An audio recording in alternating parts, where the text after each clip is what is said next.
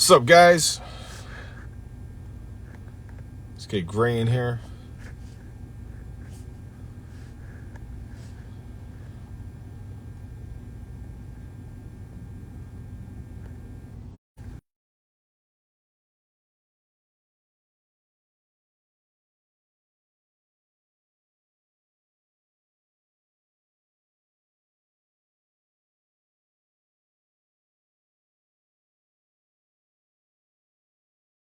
Well, you can't be having this not working.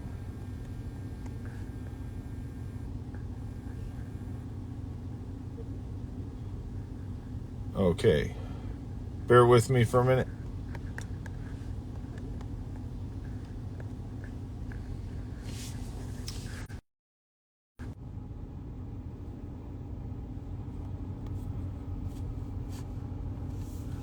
DVT is in the building.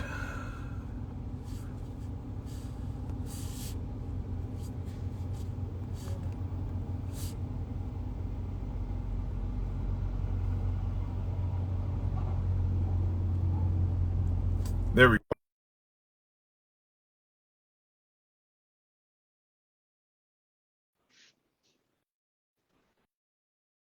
Sent the invite.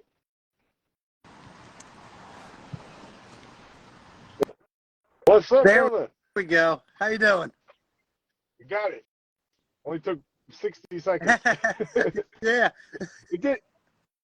It did the other day on me too. It was like when I'm trying to send the invite and the name's not coming up when I search. Yeah. Once you told me to go to your had, page and live, that was the way to do it. That worked out pretty well.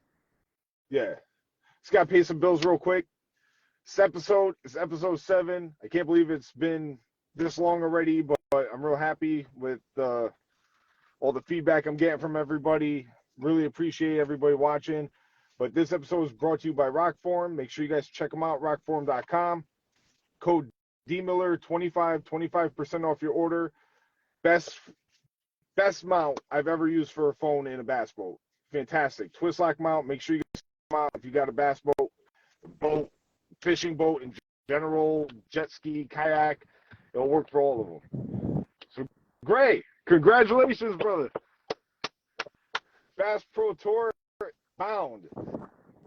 Yeah, I'm super excited. Thank you very much. It's been a long year. I was so close last year and had a couple other close calls over the year, so I'm ready for it. I'm really excited. Yeah, man, you definitely paid your dues, man. I've been fishing against you for like past 5-6 years now. The hammer, definitely a hammer, definitely 100% effort you put in every tournament, and I'm real happy for you, man. Oh, thank you very much. I appreciate that. So what's new for the agenda now that you're gonna have a big schedule change for next year? Like what? Yeah, so I got to look at it. Once we get the schedules for the Bass Pro Tour, obviously I'll do all that. If some of the MLF invitationals line up, you could fish just like pick 1, 2, 3, depending on how many you want to do, or if the full schedule lines up and looks good, maybe I'll do all of it. That's probably too much. But if we get one back up north, go to Champlain or St. Lawrence or something like that, it'll be hard not to jump in one of those. Yeah. I enjoy fishing, and it's just another good way to get out there again. So that's probably what I'll end up doing for the rest of this year. I have 2 Toyota Series left on the Northern Division. Next week I'll head up to the St. Lawrence, and then we finish the year up on the Potomac River. So looking forward to a couple close ones to home. Less than 10-hour drives. That's a big plus. So I'm excited. Yeah. Yeah, the long drives suck. But no, you got the so how did they tell you yet like how this works? Like could you fish the BPT and the invitationals, like both of them, if the schedule allows to? Yeah, no, entirely. They line it up that you can fish both if you wanted to. Gotcha. But it'll end up being probably 14 or 15 tournaments a year. So I don't know if I usually shoot for around 10 a year is where I like to be. It's a good amount because it's not just those 10 weeks that I'm gone. It's travel in between. And then I like to go pre-fish all the lakes if I haven't been to them before, which essentially when I go there, I'll just take my boat, go out there, and I just idle. I'll look at my Lowrance graphs, the side image. I want to figure out how that place lays out. If it's somewhere up north, maybe I'm looking for a rock. If it's down south, maybe brush piles, whatever it is. But it just gives me that time to really try to start breaking down the lake. If I have a general idea of time of year, if they're going to be shallow, deep, you have a pretty good idea going what you're going to be getting into, and it's just good some recon to do. Yeah. Are there any lakes like that you haven't fished before, maybe that would possibly be on a Bass Pro Tour schedule that you've been wanting to fish? Like something you've been like, I really want to go there. Like, for example, for me, like the Bassmaster event, they've been there twice now. Lake Oahe. Oh yeah, I think it's in North Dakota. that'd be a cool one to do. Like, Yeah. The other one I like always want to go like to, that. I bet a lot of people have been there. Santee Cooper. I've never got to go fish there. And growing up, watching the Bassmaster and FLW tour events there, it looks like a really cool fishery. I heard it's really hazardous getting around with all the stumps and timber out there, but that's one of those places I would enjoy going to and learning and really trying to dial it in. Yeah, Santee Cooper. That's Texas, right? South Carolina. South Carolina. No. What am I thinking of? What's the other Lake one? Fork. Oh, the trees cooler. Maybe Lake Fork. There's You're four. thinking of? No, I'm thinking of Rayburn. Oh, Right? yeah. Yeah, I fished Rayburn a bunch. I've been there probably, I think 4 tournaments I fished there now. And I've only ever caught 3 fish over 9 pounds. I've never caught a 10-pounder. But 2 of them have come from Rayburn. That place it's got giants. I caught a 9.5 first day of the year in the tournament. It was, what I catch that? Chatterbait. I was pulling it through some hydrillos like 8 foot deep, and it just went slack and caught this big old girl. She was it was awesome. It was the biggest fish I've ever caught. It's neat when you catch one that's like that 8-pound range and bigger, where you hook it and it fights. It's not just reeling a bass where you're catching a 3-4 pounder. You actually have a little bit of a battle, so that's something cool. But yeah, Rayburn's an awesome lake. So funny story.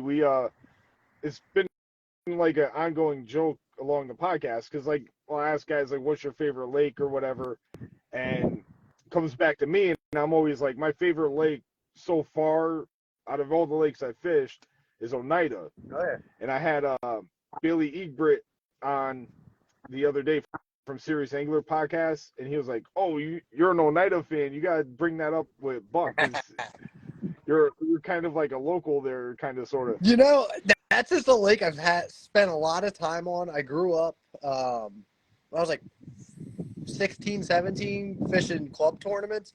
That was the first lake I ever went to that had smallmouth, that they were like sizable. Like I grew up in Pennsylvania, and where I was at, I would go fishing in the creek for a smallmouth. That was a 15-incher. It was a giant one. When I started going up there and catching those big ones, that really like kind of changed how I saw it. So I would love every free weekend I'd go camping up there, and I really started to dial it in. Now, honestly, I don't fish it nearly as much. Now that I know about the St. Lawrence River, it's hard to go to and catch 3 and 4 pounders and be happy when you can go up to the river and catch 5 pounders, and it's not uncommon. So I fish tournaments there still. If the Bass Opens go there or anything else that lines up in my schedule, I love it. Like it's been really good to me. I've won a couple BFLs there, and that Bass Open that got me qualified for the Classic years ago.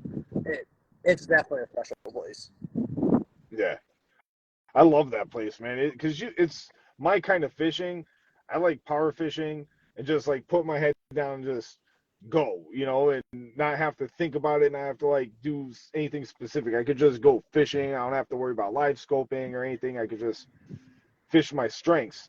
And every tournament I've had there, I've done like decent, pretty good, or one lunker or something. But it's phenomenal. I love that fishery. Yeah, no, it's definitely an interesting lake. It's a little bit different than a lot of the other New York lakes. Yeah, it's definitely different. Like I was BSing with one guy. We were comparing like Oneida and Cayuga. I'm like, you can't even put them in the same ballpark because the smallmouth and Cayuga are like impossible post spawn. Yeah. Just go out in the middle of nowhere or roam. No, I've only ever fished one tournament in Cayugos. A couple years ago, I did a BFL, and I found one group of smallies that were on this point that came out in practice, and I started there in the morning, and I ended up catching 4 of them real quick, and they're just solid ones. They're 3-4 pounders, and Yeah. then I broke the school up. I was chasing around with my active target, and once I picked a couple of them off, they started to wise up, and I had to go largemouth fish the rest of the day. But it's another cool lake. Yeah. I've honestly actually done more yellow perch fishing there than I have bass fishing, so it's but it's a cool place. It's got a little bit of diversity catching those. The lake trout I like to go up there and catch too. Catch them out of 100 foot of water on swim baits. It's pretty neat. That's fun. I caught a giant. I just wrapped up on Champlain. I caught like a 9-pound walleye today on spy bait, like 3 feet of water. Was not expecting that. Yeah, I'll get the picture posted that's a big one. later on, but it was a big one. It took a while to get him in, and he kept coming up. I'm like, is it a drum? Like, why would a drum hit a spy bait? Then he would go back down. I never get to see it. And then I was like, no, it's got to be a pike. It's long. And I'm like, and then it dives down again. Get him up again. It's like, freaking walleye. Like, I was not expecting that. Not where I was, anyways. But, no, I want you to touch the topic of the underwater cameras. I know you're like a wizard with this stuff. You're down with Aquaview. Tell us about like what you run for a camera and how you put it into your toolkit. Yeah, so I run an Aquaview camera. There's different ones available depending on what you're looking for. Like I have one, it's called the Aquaview Multi-View. Actually, it hooks right up to my Lowrance unit. It has an HDMI cable. And that one's great because you have it displayed right on your screen. I use that at my console. And when I'm doing that, it's more like I'm searching for fish. And when I do that, St. Lawrence is a perfect place because it has current. So you drop that camera down, you let it hit the bottom, and you pull it up about 2 foot, maybe roughly there. And then it has a trolling fin adapter you want to put on it. That way it doesn't spin the camera on you. It'll run true and straight. And when you drop that down there, it's unbelievable how curious those fish are. The smallies will swim over to you. The current on the St. Lawrence is 3-4 miles per hour in some areas. And they'll be following this thing, chasing it. If you go over to my YouTube channel, I have a couple of videos posted of it. There'll be 7-8 of them just following this thing down it. And you can get a good idea how big the fish are. And what's also good is when you get a place like that where the current's strong, a lot of times when you idle over them, you won't actually see them because they're so tight.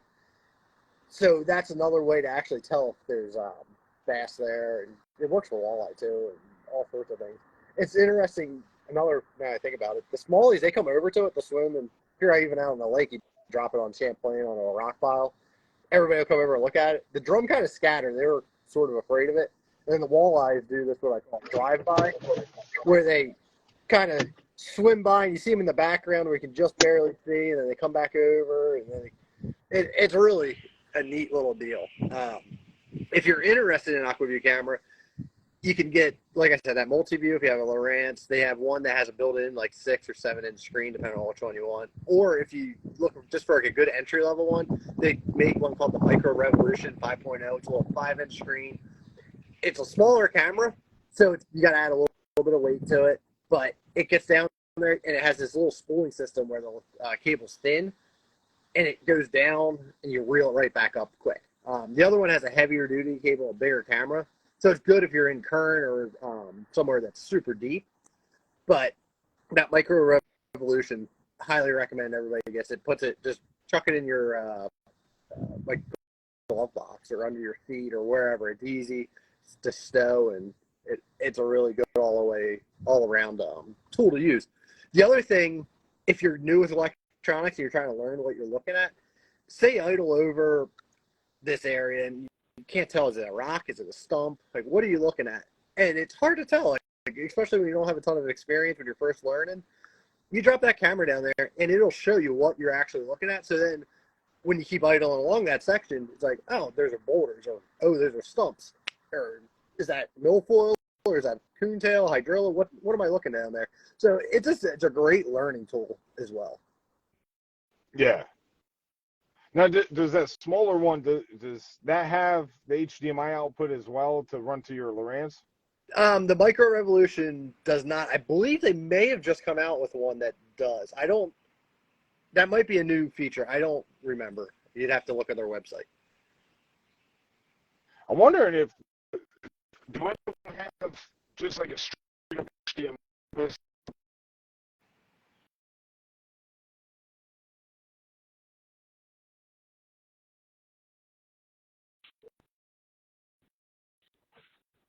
I got full service. Should be all right. Can you hear me now? A little bit. Yeah, try again. All right. Do any of them have like an option where you could just link them right to your Lowrance with the HDMI and not have to do a little screen like just camera right to the graph? Yeah, no, that's what that multi-view does. So it'll have okay. It has a spool on it with that one you have to unwind by hand because it's a thicker cable, and then it has that larger camera. So it comes with, I believe, 75 feet. They might even have a longer option, but that one it goes into the back of your Lowrance unit. Then just one HDMI cable, it goes into that. It's super easy to set up. That's another thing. If you want to see how it's all hooked up, I have a video from last year I did on that on my YouTube channel as well. All right. I do.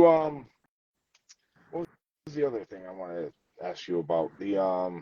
Oh yeah. So what's new for what have you been running this year for tackle? Like what have you been your like go-to baits and whatnot, and what like combos have you been relying heavily on? Yeah. So this year, I'm a huge chatterbait fan. I throw that jackhammer probably more than most guys ever would even consider it. I threw it at Lake of the Ozarks in that super clear water, and I was catching them on it. And I put a razor shad on there, Z-Man trailer. I love that because it has a nice tight vibration and wiggle to it. And being a Elastic, you can pull on that thing. If you go through 2 of those in a day, it's because you were straight jacking them. I usually can use one of them and never have to worry about it getting ripped off. That I throw on a favorite rod. It's a 7.5. It's a medium heavy hex. It's their top end, but it's a really good rod. If you're looking for another good option, it's the Fat Glass Phantom Cranking that Favorite makes. It's a $150 rod, so it's super reasonable. And I like that glass rod because when you throw it out there and you're kind of working it through the grass, and when they hit that, they suck it in and they get it a little bit deeper than they would normally with a regular straight composite rod. And I really believe you put more fish in the boat because of that. So it's been a combination of the 2 rods. If I'm fishing a grass flat, I use that Fat Glass. If I'm fishing around docks or somewhere I need to make a little more pinpoint accuracy cast, then I'm going to use that hex. But those are my 2 go-tos. Another lure that was a big player this year that honestly I didn't ever use it before this year was Buckeye Lures. It's a ball and out jig. It's Jared Swindle. He designed it. It's his signature series. I started working with Buckeye, and I'm impressed with it. That's all I can say about it. It's a little 3/8 or a half out for 2 sizes I use the most. And I flipped that thing. It comes through rock so well for being a round ball head. I didn't think it would be nearly as good as it is. I've caught a lot of key fish on that this year. Clark's Hill, I caught a 4.5 pound largemouth the one day on it. Fall, I caught quite a few of them on it. They were spawning in these rocks, and then out at Lake of the Ozarks, the first 2 days, I caught a 4-pounder at the end of each day, dragging that thing out there. And all those fish just kind of bumped me up, and that's got me those extra points I needed, and really gave me a shot at making that Bass Pro Tour. So I honestly, between a jackhammer and that ball and out jig, I wouldn't have been able to do it without them this year. So I can't wait to get back when it gets a little bit cooler here and start flipping a jig a little bit more. I'm gonna lock it in my hands. Yeah, I've been this year I've been experimenting because I've been a dedicated graphite guy, and I started experimenting this year with running a 7.3 medium heavy glass rod. Mm-hmm. I do see the benefits of it, but you definitely lose a little bit of sensitivity. But I think that's part of the reason you hook many fish. Pretty much. Yeah. But I've dropped over the years. It's in a practice day, you couldn't shake them off if you wanted to. But tournament day, they come unbuttoned, and it's nature of the beast. I think with the with bladed jigs sometimes, like you just drop some fish, and I think the glass rod deal, I think that's still got to get used to it, and skipping with the rod is a little bit different. Like my angle and everything for like getting like precise casting, up under laydowns and whatnot, or around like overhanging trees. I mean, and especially like around pontoons and stuff where you have to have like pinpoint accuracy or you're gonna hit something. It's definitely a learning curve. Yeah, When you sure. switch That's from graphite. I've been using graphite for years, so to randomly just switch to glass to experiment with it, there's definitely a learning curve. yeah. And I can see that. And that's why I like to use that glass one more in the wide open areas in those grass flats where you're not having to put a bait in a certain little area. There's just different Yeah. applications for both of the rods. So always, my situation is always like it's always like last minute, like a pinpoint precision cast, and that's the fish that comes off that could have been the winning fish or whatever. I hate it. I hate losing fish on a jackhammer or any bladed jig, but it's just nature of the beast, I think, sometimes. What else is new for you for the rest of this year outside of qualifying? No, basically, I got those couple Toyotas left, and I'll do some just fun fishing around. I'll make a trip or two up to the St. Lawrence, I'm sure. Probably do a little fishing at Cayuga. We'll have a couple vacations. We like to do the national parks. My wife and I go for a week at a time. We're going to Rocky Mountain National Park this coming year in Colorado. So if anybody's got any info on it, love to hear it. I'll take a fly rod out there with me, do a little fly fishing, catch some trout. So that'll be fun. But other than that, it'll be just kind of lining up sponsors, getting contracts reworked, and ready to go for the Bass Pro Tour as soon as I know that schedule. Awesome. And for the viewers at home, Gray does a youth kids fishing derby in PA. And I just found out about it this year. Next year, I want to definitely be a part of it. But telling people about the event and how many years you've been doing it, etc. Yeah, no, it's a lot of fun. We go to a little lake that I grew up fishing. It's called Deep Creek. 30 acres. It's small. We do it all off the bank.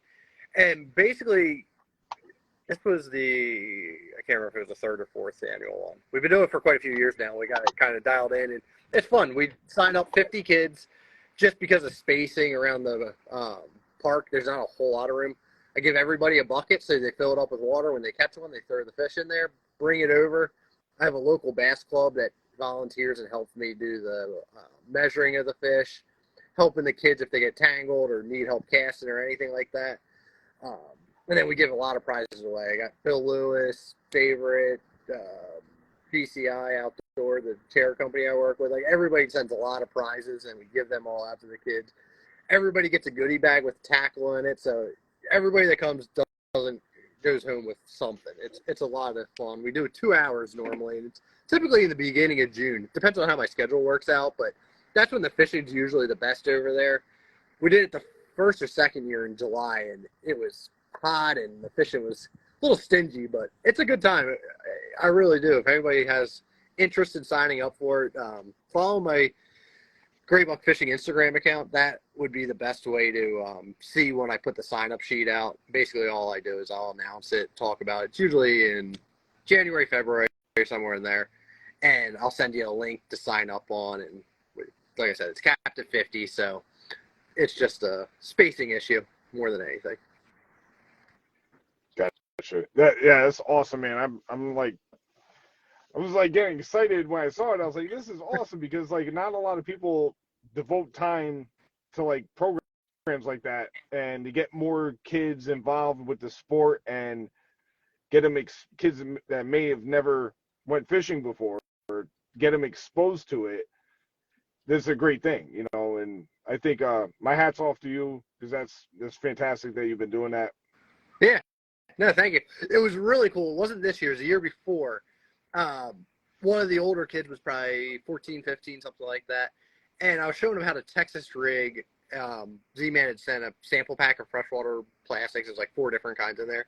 So we took one of the Zinkers, which is like a stick bait sort of deal. I showed him how to Texas rig it. That way he could fish around some of the thicker grass that was in the area. And rigged it up, showed him once or 2 casts, like what to do with it, how to let it fall. And he did. And he was, all right, I got this figured out. And I walked away. And 15 minutes later, he brings up a 17-inch largemouth, which was the big fish of the tournament that week. And it was awesome. He was all jacked up. He was excited. And it was neat to be able to show somebody that's never used a soft plastic bait like that you can catch big fish on it. And then you can also fish around vegetation where typically they might not have had the knowledge or skill set to do that. Yeah. Sometimes when my schedule allows, I'll volunteer as boat captain for the CBN, the Connecticut Bass Nation high school program. I had a kid one time, he's like, why when I fish from shore, I try to cast out to the middle of the lake, but when we're in the middle of the lake on a boat, we're casting to shore. Yeah. It was just funny. No, that is. I think about that a lot of times when I'm going down the bank and I see guys fishing on trolling down the bank and see guys fishing off the bank. That it makes sense. That's funny you brought that up. No, but you have a young kid. I don't know how old he was, but he said it, and I was like, well, we were fishing. I think the tournament was on Lake Zor in Connecticut, and it's like, 10 feet from the bank, you're in like 60 feet of water, and for most of the lake, it's just really deep, and it's got a real narrow, like, weed patch that will run around in certain areas. So if you're like 10 feet from the bank, you're in like maybe 20 feet of water before the drop off. So you're casting in shallow. So I get his point, but I'm like, if you cast out deep, you're in like 80 feet of water. There's nothing out there. You're funny. But no, it's great though to get kids involved with the sport, and the future anglers of the world is a great thing. Yeah. The what was the other thing? I just want to give you one heads up. This apparently Instagram Live chews your battery up. I was at 35% and I'm at 4 right now. So if I sign off or fall off of it, it's because of that. I just want to give you a heads up. All right. Sorry about that. Well, we can wrap it. Bang out one more question. Does any of the viewers got any questions? Let me scroll back. Somebody, Finn Jim said he's on vacation, but he cheered you on. Yeah, Jim comes on guided bass fishing trips with me on Beltsville Lake in Pennsylvania up in the Poconos. He's been out at least twice with me now. We always have a good time. He's caught some big fish with me. I think while we were discussing your schedule, Ken Miller said SoCal and then Delta. Oh, okay, yeah. So I don't know if he was asked. I don't know if that's you want BPT to go there or that could have been it. Yeah, no, Ken ties me up hair jigs, some marabou hair jigs for catching those smallies up north. He's got some talent. It's hard to find a good hair jig. They're not all hair jigs are created equal. That's 1,000% true. So if Gray Buck says you tie a good hair jig, you tie a good hair jig. But yeah, man. Well, your battery's dying. I'm on the road. This is Road All American, episode 7, from the truck. On my way back from Champlain. But Gray, thanks so much for coming on.